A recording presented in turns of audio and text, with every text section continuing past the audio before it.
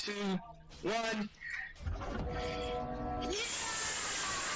So this video is actually going to be a series. This series is going to be me creating a PvE build of every single attunement, all 6 attunements, going in depth for the talents, the mantras, and just stuff you can do with it.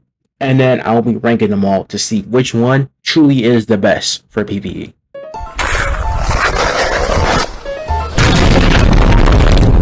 So for Frostdraw talents, there isn't really a lot going on for normal Frostdraw because normal Frostdraw is more stun based, it's more slowing based because it's frost. That's where crystallization comes in. Crystallization builds up little crystal stacks on whatever you're fighting, and once there's like 6 or 8 crystals, it'll automatically detonate. Crystals do damage. Now, how much damage the crystals do, I saw on a wiki post. I think it's 1 damage per 10 points into Frostdraw. So that means if you have 80 points, which is level 5 mantras, each crystal will do 8 damage. And keep in mind, it's multiple crystals on a target per detonation activation, I guess you can say. So it's going to be doing a decent amount. Whether you have PvE scaling or not, I'm not sure. But I would say in terms of normal versus crystallization, ice crystallization comes out on top. So I would say have some solid options here for the mantras. We have some great options like Warden Blades, Frozen Servants, Ice Carve, Ice Cubes, and maybe Ice Flock, and maybe Rising Frost. Glacier Art is good. It paired with Ice Lungs, so you can gain height, and Ice Skate is great too if you want to escape a sticky situation or just traveling around. Iceberg is basically a free hail and can't get hurt inside of it because if they hit you, it counts as a parry. I kind of had to mention this because Ice has a legendary that requires heavy weapon, which is a Grand Suit of Ruska, and that's a pretty viable in PvE. Actually, people really only use it now for PvE. I don't really see it in PvP all that much, but yeah, it's viable. The passive is like every 6 or 4 M1s, it'll be like this rain of ice, and these little icicles that fall from the sky, they do damage, so it's great for everything around you. And they place each individual icicle places a good amount of ice on the ground, which that just kind of helps the talent over the ice more, because over the ice is when there's ice on the ground and you parry on top of the ice, you gain a little shield that gives you, I think, like 25% physical damage reduction. It scales with how much, like how long it lasts for and how much it reduces. It scales with how much Frostdraw you got. But you're gonna have 80 Frostdraw, so you'll be good. So this is when I put the build in a layer 2 test. Not the build, but you know, the attunement. Every build will be the same stats. The only thing different will be the attunement. And for pretty much all floor 1, I use the Grand Suit of Ruska just to show how Grand Suit of Ruska does in PvE. I think Ice is a solid, 8.5, 9 out of 10 for layer 2, because you got Ice Skate, you can just speed through everything, you can just glide through everything. It does Chaser really well, get your chain stacks up pretty fast with Warden Blades, Frozen Servants. And I was pretty surprised when I did Chaser. I was not expecting for the roof to fall in 1 try. So the rest of this layer 2 part would just be me going around killing different things and showing you how well it does and how it looks. I think it's pretty good. Ice, great for layer 2.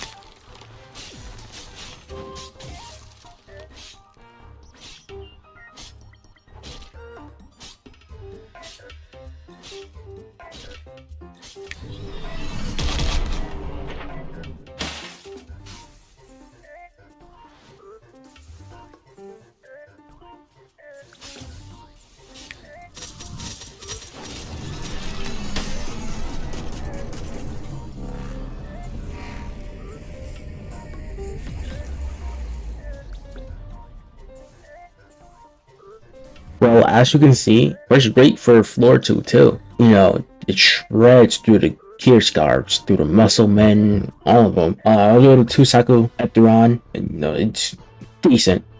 You know, if the build was better, more stacked out, I would be able to 1 cycle.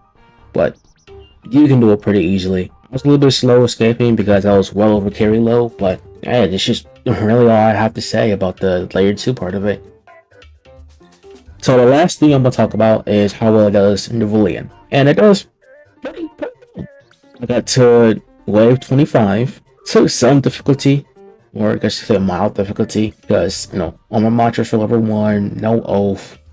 I didn't have really a lot of moves, and I didn't have any gems on any moves, but put a blast on like Warden Blades, put a bloodless on ice cubes, you know, and you'll do pretty well.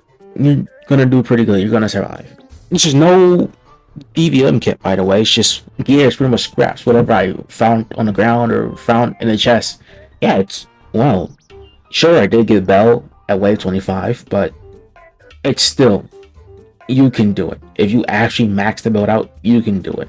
So, my final thoughts on Frostdraw. How good is it for PvE? I will give it a solid 8.5, 8 out of 10. The reason why is it has really good mobility for layer 2, right, for escaping situations and all that.